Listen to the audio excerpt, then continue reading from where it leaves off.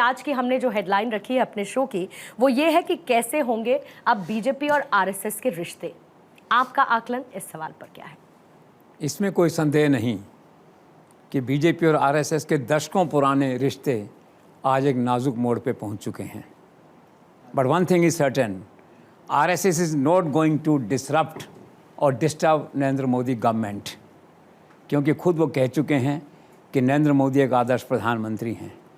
भागवत खुद अयोध्या में कह चुके हैं कि वे एक सन्यासी और तपस्वी की भूमिका में दिखाई देते हैं नरेंद्र मोदी, लेकिन उनके मन में एक पीड़ा है और रिकॉग्निशन चाहते हैं।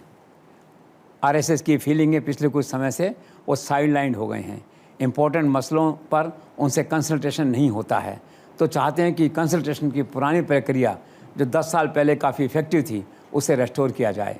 और दूसरा, आरएसएस चाहता है कि संगठन का सारा काम उन्हें सौंप दिया जाए, संगठन का काम वो करेंगे, सरकार आप चलाइए। ये बेसिक दृष्टिकोण है आरएसएस का। इधर भाजपा का दृष्टिकोण जेपी नड्डा के उस रीसेंट इंटरव्यू से पता लगता है कि हम पहले छोटे थे, असक्षम थे, आरएसएस की ज़रूरत पड़ती थी, अब हम बड़े हो गए हैं, भाजपा अपना काम कर सकती है। और इसके साथ ही RSS is a cultural and social organisation, BJP is a political party. तो दो बातों में नड्डा ने भाजपा की लीडरशिप का दृष्टिकोण, फिलॉसफी बिल्कुल क्लियर कर दी और ये कहा है, इसका संकेत यही है कि आरएसएस अपने आप को सोशल और कल्चरल कामों तक सीमित रखे और पॉलिटिक्स का काम, पार्टी को चलाने का काम हम पे छोड़ दिया जाए। तो एक बेसिक मुद्दा है, बेसिक इशू है जो सीरियस है।